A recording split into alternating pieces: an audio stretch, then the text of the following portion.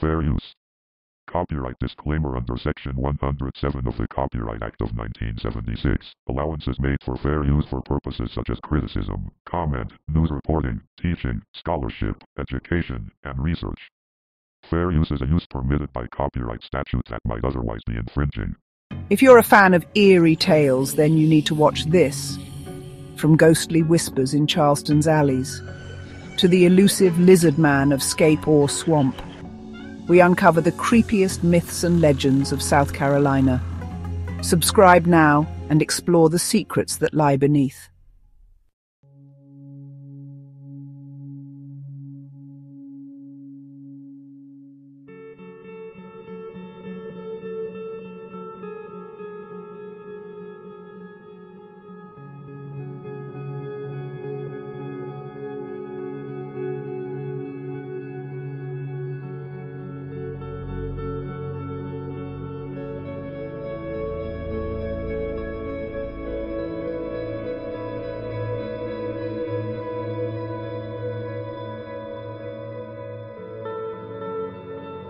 Hello, and welcome to the next entry in our deep dive series. Thank you all for the support you've shown so far. Please remember to subscribe to our channel, like the video, and share the link with your friends, as it will really help this channel grow. Be sure to get comfortable. We're going to be going over a lot of information. This video will contain factual information, as well as rumors or information we could not find written documentation for to verify. All text that appears on screen, in white, is based on documented fact. Any text in red font will be rumors based off a sit-down talk we had with the former South Carolina Department of Mental Health, or DMH employee. This employee, who will remain anonymous, was employed with the institution from 1981 to 2021. Since this will be undocumented information, for video purposes, we will refer to them as rumors.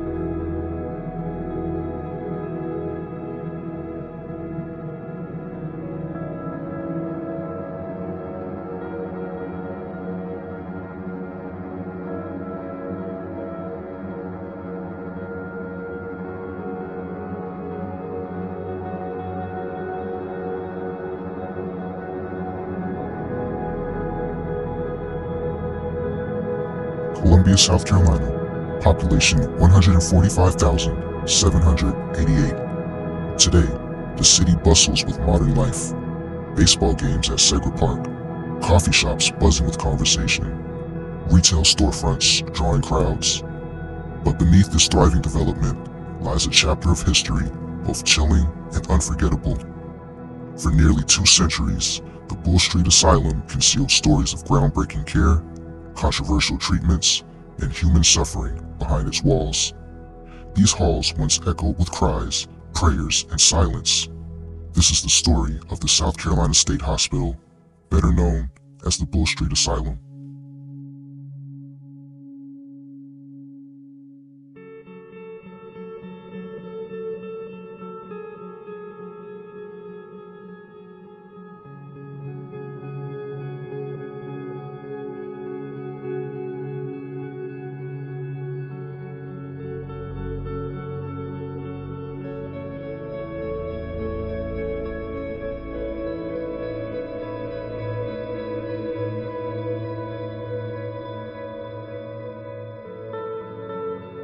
Mental illness is a broad term that refers to conditions affecting a person's thinking, emotions, behavior, or ability to function in daily life. Today, we understand it as a health issue, something that can be treated with therapy, medication, and community support. But this understanding is a very recent development in the long history of humanity. For much of time, mental illness was shrouded in mystery, fear, and misunderstanding. The first written accounts of mental illness can be traced back thousands of years to ancient Mesopotamia, Egypt, and Greece. Physicians like Hippocrates in the 5th century BCE were among the first to propose that mental disturbances were linked to imbalances in the body, particularly the 4 humors. Still, even with these early medical theories, societies often lack the tools or willingness to treat mental illness as a medical condition. Instead, Unusual behavior, such as hallucinations, seizures, or uncontrollable emotions, was often interpreted through a spiritual or supernatural lens. In ancient times, many cultures believed that people suffering from mental illness were possessed by spirits, cursed by the gods, or even overtaken by demons. Rituals, exorcisms, and other religious ceremonies were often used in place of what we now consider medical treatment. These interpretations shaped how communities viewed those struggling with mental health, often resulting in fear, isolation, and harsh practices meant to drive out the perceived evil within. It wasn't until centuries later, with the rise of modern medicine and psychology, that these conditions began to be studied as disorders of the mind and body, rather than signs of moral failure or possession. Yet echoes of these ancient beliefs remain today, influencing the stigma that still surrounds mental illness.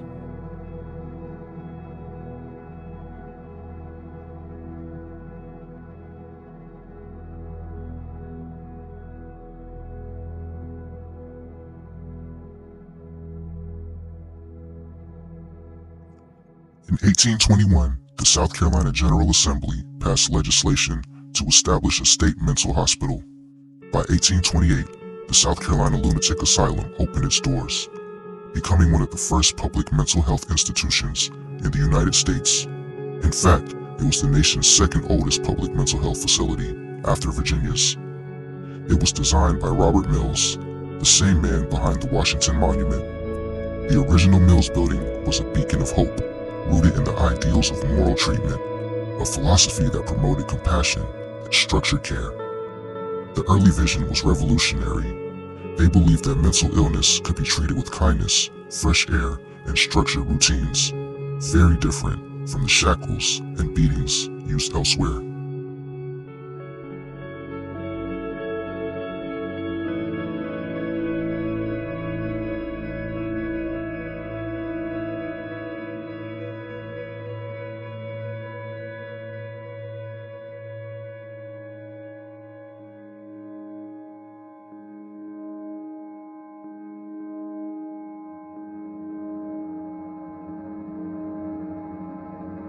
But even from the beginning, idealism collided with reality.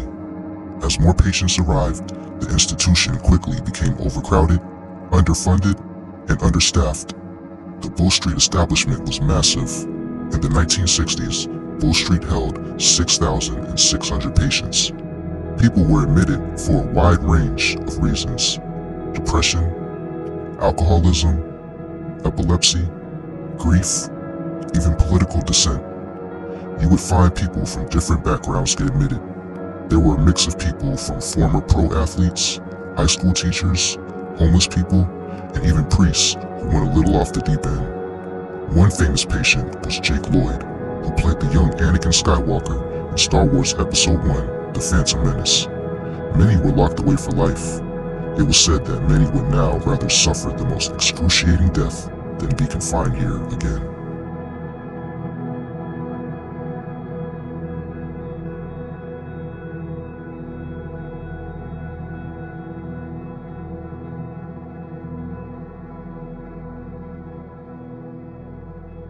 Not heard back.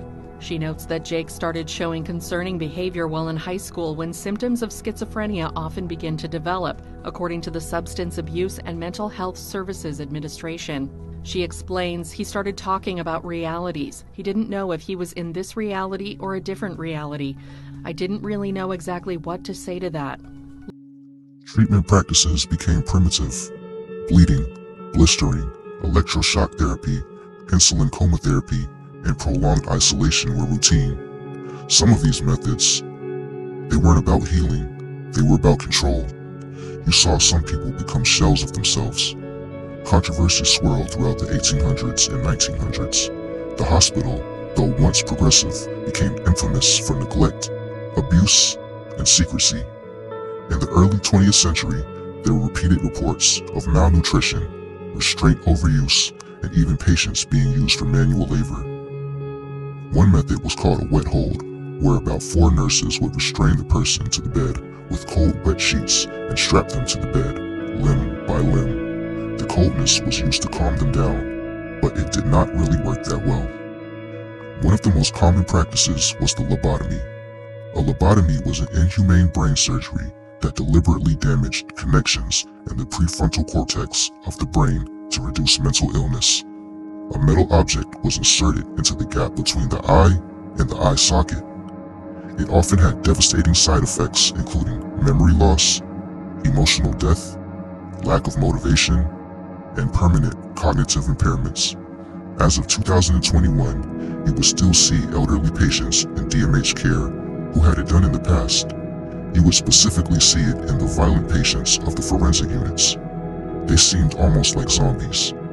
But it makes you wonder, if you still see these patients today, is the practice still being done? Or was some done even after the outlaw of the practice in 1950? Shock therapy was also an unusual practice. Patients were restrained and nurses would administer sedatives. Then a machine would administer shocks to their body. It was a dreadful thing to see because frequently the patients would end up dislocating limbs during the shock. Linda McLam, a former nurse in the 1960s, remembered once seeing a woman receive shock therapy after staff discovered she was hiding a deceased frog inside her body cavity. The environment was always harsh. Prior to the laws and the new practices that were implemented, the time before the 2000s was described as a war zone. There weren't many rules enforced. Back then, mental health was still treated as an experiment. Sometimes the medicines, like Thorazine, and therapies did not work, and it agitated some violent patients even more. In the 80s and 90s, there was a big push to get new staff fresh out of graduating high school. With the influx of younger behavioral staff and guards in the most violent areas like the Allen and Williams buildings, these buildings gained the nickname of fight clubs. It was said that staff would find themselves in self-defense situations at least 2 times a day. It was even said that there was once a staff member who was once attacked by a patient and had their eyes gouged out.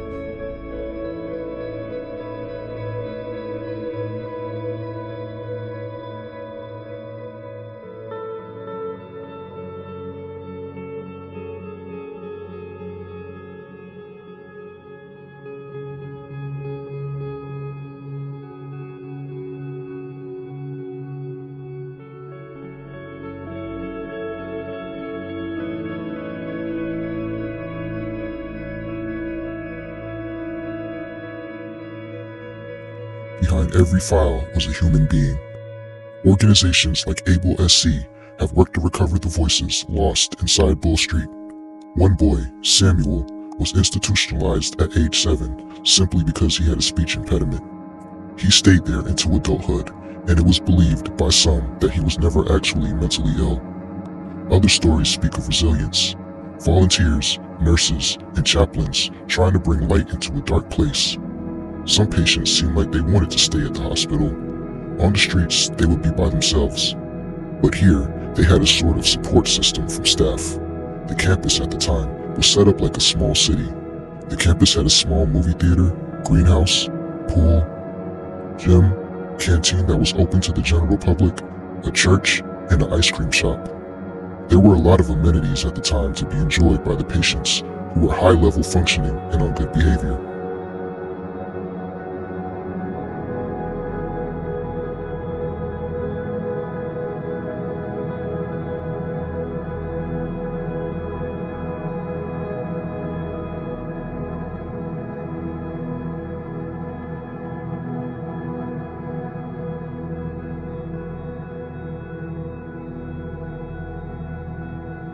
By the 1950s, the tide began to turn. With the advent of psychiatric drugs and growing critiques of institutionalization, South Carolina shifted to community-based care. The last patients left the Bull Street campus in 1996, and by 2015, the entire site was vacated. The campus transitioned to a location on Farrow Road and to Broad River Road.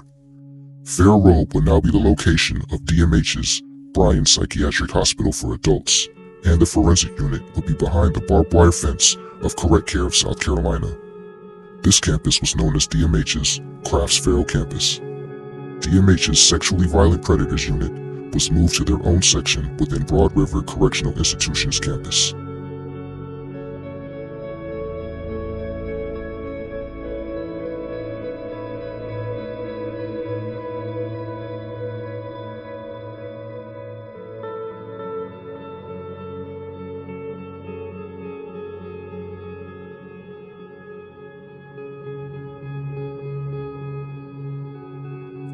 The forensic unit with incorrect care housed some of the darkest criminals that were kept hidden from public knowledge. These were the inmates who were deemed criminally insane by the state of South Carolina. A lot of the patients were severely ill mentally and were in there for a wide variety of unspeakable crimes: cannibalism, the murder and sexual assault of loved ones, including their own mothers, self-mutilation, random murders, and severe drug use. Even patients who had no crimes but were so far gone as they could not be controlled at other DMH facilities were transferred to the forensic unit.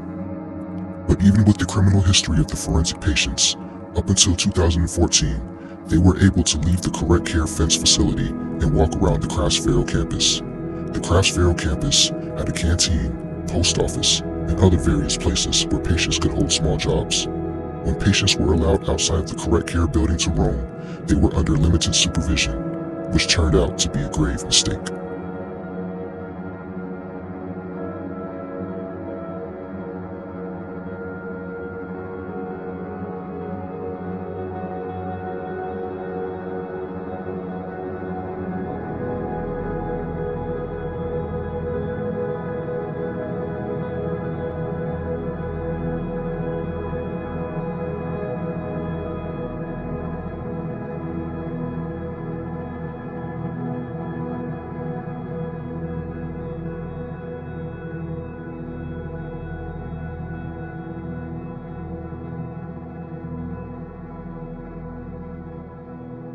In 2014, a patient by the name of Jason Carter escaped the facility and sparked a nationwide manhunt.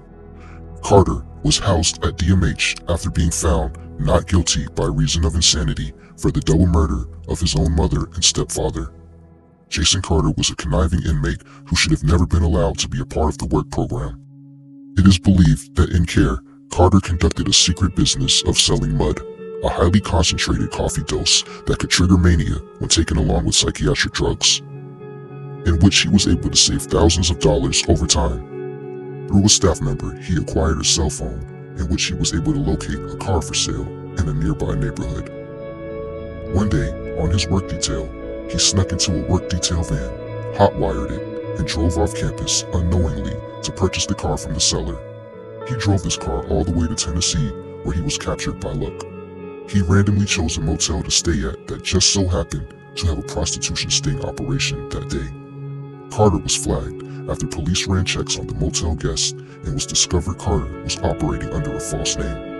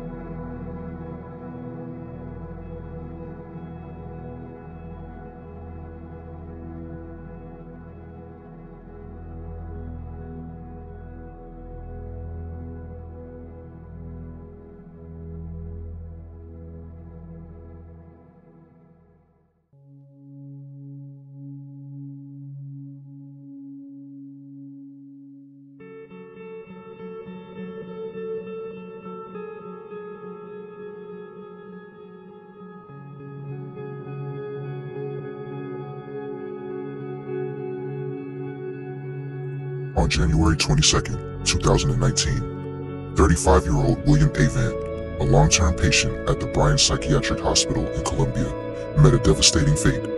After becoming agitated and striking a glass barrier, he attempted to enter a medication room, where he was restrained by multiple staff members. Video footage revealed 7 employees pinning him face down on the floor for 4 minutes, many even lying on his back, in direct violation of the department's protocols. These positions prevented his diaphragm from rising, effectively blocking his breathing. Avant was left unmonitored during that critical period. When CPR was finally administered, it was too late. The Richland County coroner ruled his death a homicide by suffocation. Shockingly, an investigation by SLED concluded without any criminal charges. In the wake of this tragedy, the Department of Mental Health revised its policies, mandated massive restraining, and faced a citation from CMS for placing patient safety in immediate jeopardy. Lawmakers pressed agency officials during a legislative oversight hearing, though privacy laws limited what they could openly share. William Avant's death stands today as a painful reminder of the dire consequences when training fails and vulnerable individuals are left unprotected.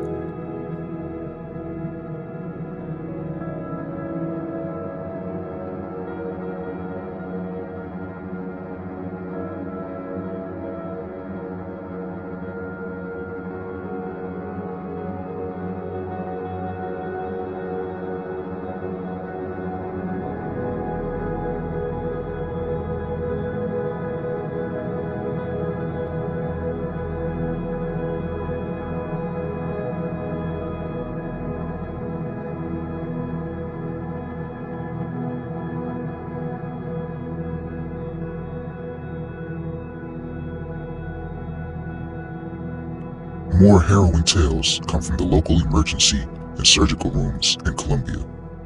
It became an almost common occurrence of bringing mental health patients to local ERs throughout the years. Nurses and doctors could recall countless times a mental health patient was brought into the ER for extreme situations. Sometimes, patients got a hold of screws from light fixtures and they'd bury them within their skin. Sometimes, DMH staff wouldn't know about it for weeks, and by the time, scar tissue would pretty much form and things would just be embedded in them. There was an incident once in the 90s with a man by the name of Leo. This happened while he was still on the street. He was in DMH care, but was released due to mental stability at the time. In this incident, he got a hold of an infant relative and did unspeakable things. He ended up going to the hospital because the infant died and became stuck to him. Let's say the ER staff did not take kindly to what they were seeing, and by the time the police arrived, he was pretty beat up. But DMH would make headlines again once in 2023 when a patient, Jared Andrea, was discharged to a community care home, where he would eventually be cannibalized by another resident. If a patient was found to be mentally stable after DMH care, but their home conditions were deemed unfit, DMH would recommend the patient be placed in a community care home. DMH was aware of the Harper Street Community Care Home's resident, Mark Anthony Cantrell's violent tendencies, but still chose to place 22-year-old Andrea at this home. Andrea would be reported missing in March of 2023, and in July of 2023, Cantrell would admit to murdering and eating Andrea. It was later revealed that DMH was also responsible for placing Cantrell at this community care home. There is currently an active trial for this case.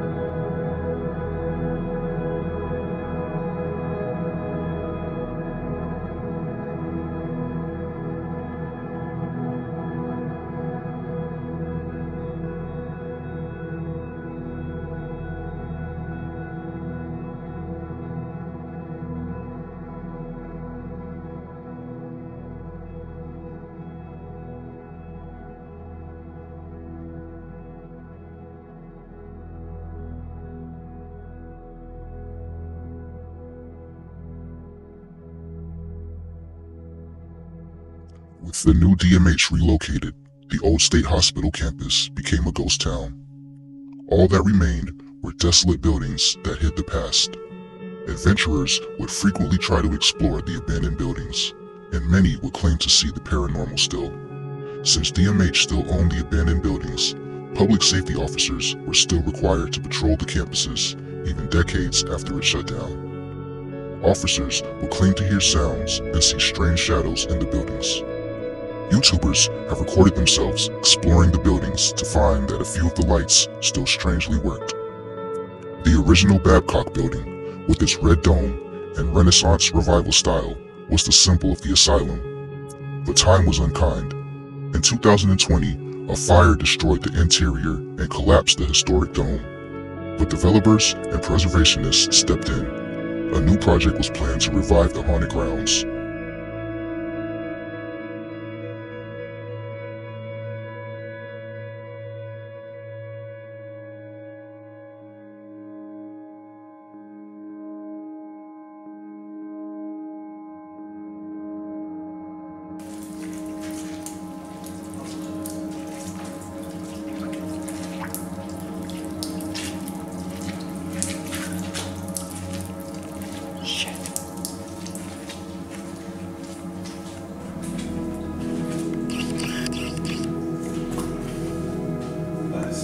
Goggles and lab coat.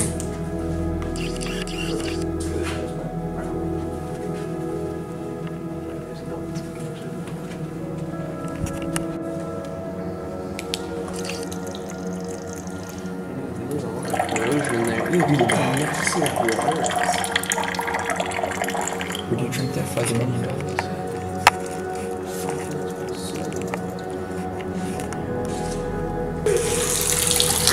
Chocolate milk. Today, the new Bull Street District is a 181-acre redevelopment project. It includes Segra Park, the USC Medical School, offices, shops, homes, and Page Ellington Park. Future plans will develop, and time will move forward, but the ghosts of the voiceless will not be forgotten.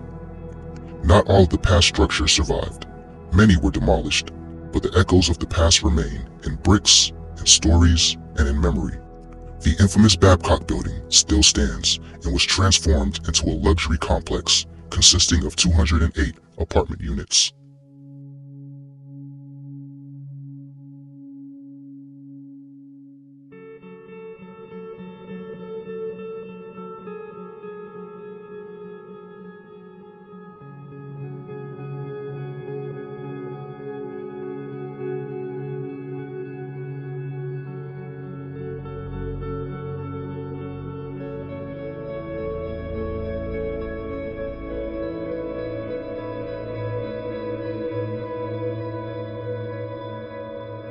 The Bull Street Asylum stood for nearly 2 centuries.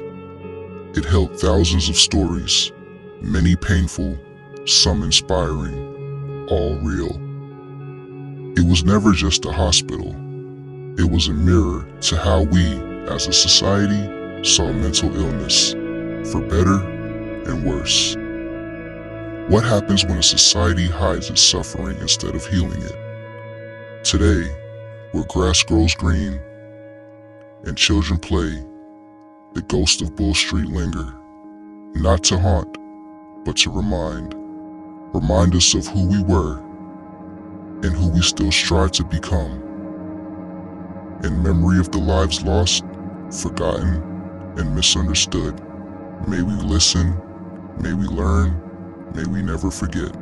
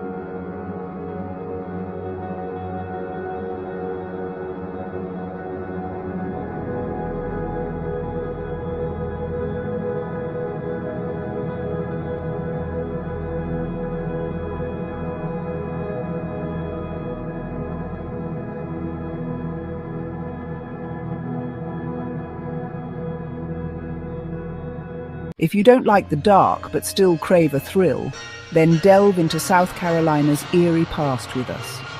Subscribe to South Carolina Secrets and uncover the legends lurking in the night.